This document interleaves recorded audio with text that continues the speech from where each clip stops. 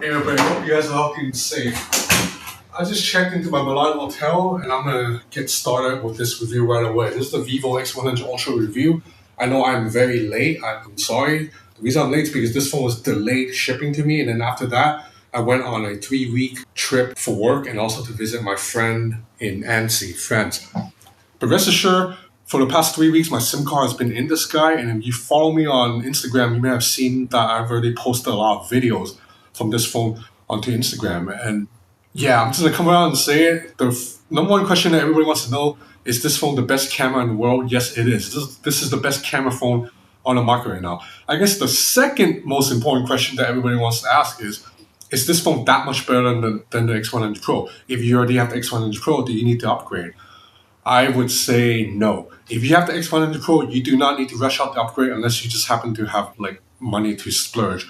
Because even though this is a better phone, it has a larger battery, a more efficient chip, so that means battery life is better, and it has a better zoom lens. Everything else is very, very similar to the X100 Pro, and in fact, the better zoom lens, you really only see the difference when you're taking low light zoom photos or videos. So for a lot of people, they don't do that. A lot of people, most of their camera usage will be during the day of the kids, of the dogs. And then in that case, the X100 Pro is every bit as good as the X100 Ultra. Because you have to remember, what makes Vivo's camera so good isn't always just hardware, but also because Vivo's image software processing is the best in the business. It's been that way since the X70 series. But this is a slightly better camera, and I will have a lot more photos and videos to show you guys. I'm excited. I just love this camera system so much. Okay, before I talk about the camera some more, let's talk about the overall hardware. So this is a 6.8-inch screen, 120 Hz, gets plenty bright. You can definitely use it under the sun, over 2000 nits of brightness.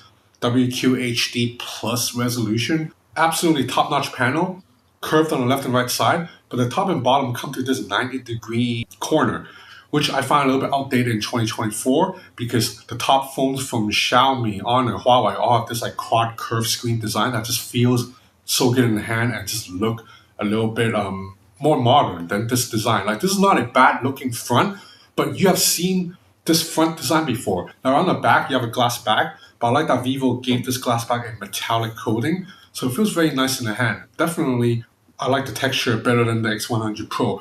You have a Qualcomm Snapdragon 8 Gen 3 in here, so it's a little bit more efficient than the MediaTek Dimensity chip in the X100 Pro. But really, the big difference is you get better battery life, because otherwise, if you're going on Instagram, sending emails, playing games, the MediaTek Dimensity chip is more than good enough. Overall, it feels nice. So this camera bump is so large and sticks out so much that I actually find it quite useful when I'm holding the phone. I can put my, wait, hold up. That when I'm holding the phone, I can just put my index finger underneath the camera bump to prop up the camera, and it actually provides a lot of support for the phone. Okay, if you're wondering what the heck I just did right now with the zooming motion, that's because I am shooting the footage so far with the Obsbot Tiny 2 Lite, a 4K camera that has automatic tracking using Obsbot AI neural engine to identify your face and track it. So that means even if I turn around and my face is not in frame anymore, and I turn back around, it is still keeping on track to my face. Even if there's another human in here, the camera would know to lock onto my face and not his or her face and just keep following me around. And with a half-inch sensor, the Obsbot Tiny 2 Lite is a pretty good low-light performer. So I'm going to turn off the lights right now. It's pretty dark. Only light source is out there and back here, and still keeping focus on my face, and details are still pretty good. And also the audio you're hearing so far is coming directly from the internal mic of the Obsbot Tiny 2 Lite, because this camera has 2 omnidirectional microphones that can pick up sound in all directions. So that means even if I walk all the way behind the camera, the audio should still sound pretty even. And I can use gestures to zoom in or out. So yeah, the Obsbot Tiny 2 Lite is excellent for someone who does a lot of video calls, because right now I'm actually using a budget Chinese laptop. The webcam quality is not good. Let me show you. Okay, this is the original camera footage from this laptop. So there's a lot to like with this $179 camera. Check out the link in the description below. Okay, back to the review. So the star of the show, and the only reason this phone even exists, is the 200 megapixel periscope zoom lens with a 1/1.4 inch image sensor and an f2.7 aperture. So that sensor size is the largest on the market compared to any periscope zoom lens out there, or any zoom lens, period. The only one that come close is the Oppo Find X7 Ultras.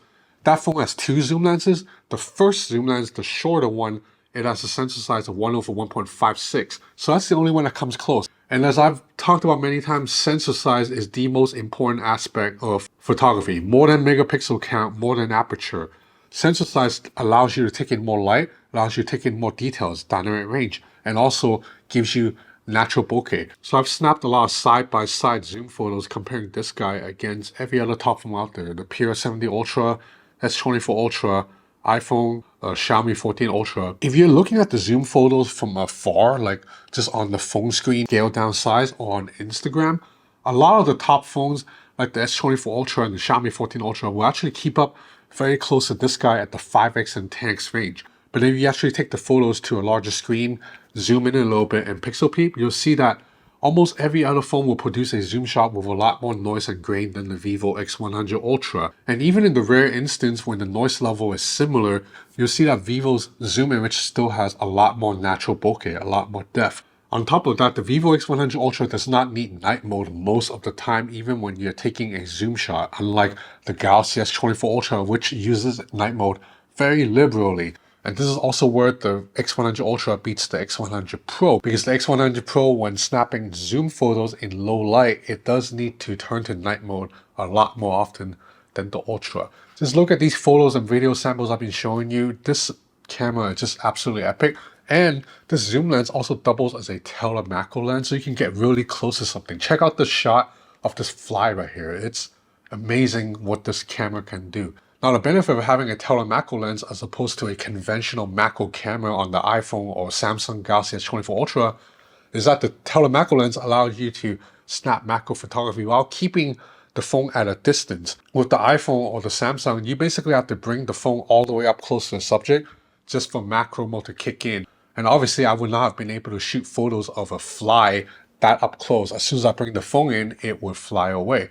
Shooting from further away also allows more light to hit the subject and get natural bokeh that the iPhone macro lens just cannot do. I also love using the zoom lens to take product videos because you get strong natural bokeh, background compression, and if I need, I can get closer and get more details. In fact, a lot of the Vivos in my Insta360 Go 3S video was shot with the Vivo X100 Ultra. I also love shooting cinematic videos with the zoom lens. Now, cinematic videos is basically portrait mode for video, meaning the software will apply artificial blur, but because the zoom lens sensor is so large, and because it is a 85mm zoom lens, so you're getting background compression, I'm able to get these really cinematic footage, even in low light. Like, check out this video clip here. This is jaw-droppingly good considering how dark the scene was. My friends and I were on top of a mountain watching a sunset, and I was able to grab these videos with the zoom lens. Moving beyond the zoom lens, the main camera is also very good. This is a 50 megapixel f1.8 1-inch sensor using Sony's LYT909, which is an upgrade over the IMX989 that was used in the X100 Pro. However, as I already said, photos from the main camera look nearly basically identical to the X100 Pro. I snapped a lot of side-by-side samples and I really could not see a difference. That sounds disappointing at first, but then you have to remember the X100 Pro was, in my opinion, the best camera in the world before this guy came out. So that means even though it doesn't beat it, it means this main camera is still very good. I still prefer to use this main camera more than the main cameras of just about anyone else. The Xiaomi 14 Ultra, for example, is a camera I love a lot, but that main camera tends to blow out highlights sometimes in ways that the Vivo X100 Ultra just never does. In fact, going all the way back to the Vivo X70 Pro Plus, so it's like 4 years running now, I have not grabbed a shot that has been overexposed. Vivo's image software processing, with the help of its dedicated imaging chip, the V3 Plus, it's just an HDR master. It captures perfect lighting every single time. Check out this shot I snapped with the main camera. It was sunset on top of a mountain. The lighting, the dynamic range, the sharpness, everything is on point. The main camera is also built on top of a miniature gimbal, which has been around in Vivo's X series for a few years now. I don't really think it makes a difference because nowadays OIS and EIS are very good. But rest assured, this is a phone that you do not need a gimbal if you're shooting with the main camera. It's super stable, but I can say that about the X100 Pro too. The ultra-wide camera is also really good. 50 megapixel camera, half-inch sensor. Both of these numbers are top-notch in the industry, basically among the best in the market. But the ultra-wide camera here, it's very good, but I can't say it's better than the other ultra-wide cameras seen in Oppo or Xiaomi's best phones. Where this phone stands out again is the zoom lens. Okay, you're watching front-facing camera footage with the X100 Ultra 4K 30, and I want to share a little anecdote. So earlier, I'm in Milan right now. Earlier, I was at the Jordan store trying to film a video of the Jordan, the shoes and the pictures, when this group of Italian dudes, they noticed the Vivo X100 Ultra and they were very intrigued by it. They asked me, yo, what phone is that? The camera looks crazy. And I showed them the stuff I shot and they were blown away. The quality is really good, so you can zoom in very closely. Yeah, all my life is zoomed in and it's crisp. Look at that. Yeah. Oh my god. What's the price? Yeah, this camera's good. I mean, look at their faces, look at the reactions. This is all genuine. Like, I don't know these dudes. Now, you follow me on Instagram or Twitter, or you watch my Vivo X100 Pro review, you'll remember that I really loved that vintage film filter that was in the X100 Pro. It basically gives photos captured by the phone this kind of classic retro vibe with deeper shadows, a little bit of grain for a more organic look. Photos that look like they were captured by like the Fujifilm X100 Mark VI. So the X100 Ultra brings back that mode, but also introduces a brand new shooting mode that is even better. What it is it's basically a camera meant for shooting street photography, shooting humans, and you activate it by swiping up from the main menu. So once you swipe up from the main menu, you get into this humanistic camera, and you see you have a totally different UI from the main camera. You have more direct controls, like you can change the shutter speed on the fly, digital aperture, so this is like artificial bokeh, color temperature, and you can quickly cycle between 5 popular street photography modes, maxing out at 85mm. So it doesn't let you shoot beyond the default 85mm. And then down here, you have 4 options to shoot in black and white, vivid, or texture. I really like this texture, which produces photos that look a bit like that vintage film filter I really like, but a little bit darker, even moodier.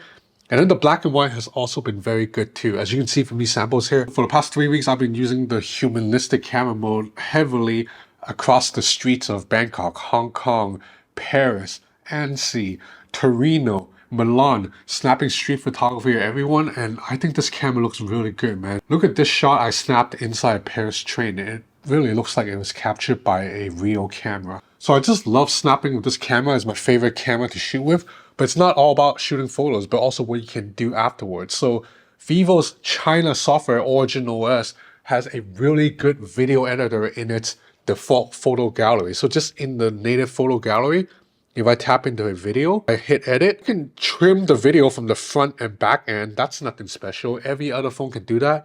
But Vivo's Origin OS will also let me split the clip, like meaning I can trim in the middle of the clip. And I can just fix this right here, delete it, and I can also add more clips. So I can quickly cut a video. And I do this a lot when I'm on the go because I shoot street photography, street videos, and I quickly put together a video so I can put on Instagram. And to be able to do this natively on the default photo gallery is awesome, because with other Android phones, if you want to do this, you probably have to pay for a third-party video editing app, because all the free ones, they're not good. As for the overall software, this phone runs Android 14 with Origin OS on top. This UI looks good. Animations are buttery smooth. I love the interactive widgets. Like for example, I can have a recorder widget on the home screen that allows me to begin or stop recording without needing to jump into actual recorder app. So I like Origin OS a lot. It's just a shame that Vivo is still keeping it to China only, because FunTouch OS, which is the global version that will run in Vivo's global phones, is nowhere near as intuitive and doesn't have the native video editor that I just talked about. Battery life, as I said, is really good. So I'm a very heavy user and I've been traveling. So I'm outside like 13 hours a day, snapping 50, 60 photos and videos every single day, constantly texting, editing the videos right there to post on Instagram. And this guy can still last me a full day out, 13 hour, 14 hour outside. The battery can last the entire time. I don't need to charge it in the middle of the day. I cannot say that about the X100 Pro. The X100 Pro usually, after like 10 or 11 hours, would drain down to like 5%. This guy can go like 14, 15 hours, which is good enough for me and probably good enough for most people. So the Vivo X100 Ultra lives up to the hype for me. I love using this phone. I love using the camera system. And my SIM card is in here and will probably stay in here for the foreseeable future. But as I said, if you have the X100 Pro, I don't think you need to upgrade because this phone has a better zoom lens at night, but not a lot of people are going to take zoom videos at night. And then the longer battery life, like honestly, I think I am such a heavy user that it only matters to me and maybe very small group of people. For most people, like 10 or 11 hours outside heavy use is good enough. Like the X100 Pro's battery life is not terrible. It's just not amazing. So yeah, this is my review of the X100 Ultra. I hope you enjoyed this video. If you did, please consider subscribing to my channel. It will help me a lot. And once again, thanks to Obsbot for sponsoring a portion of this video. Thanks for watching.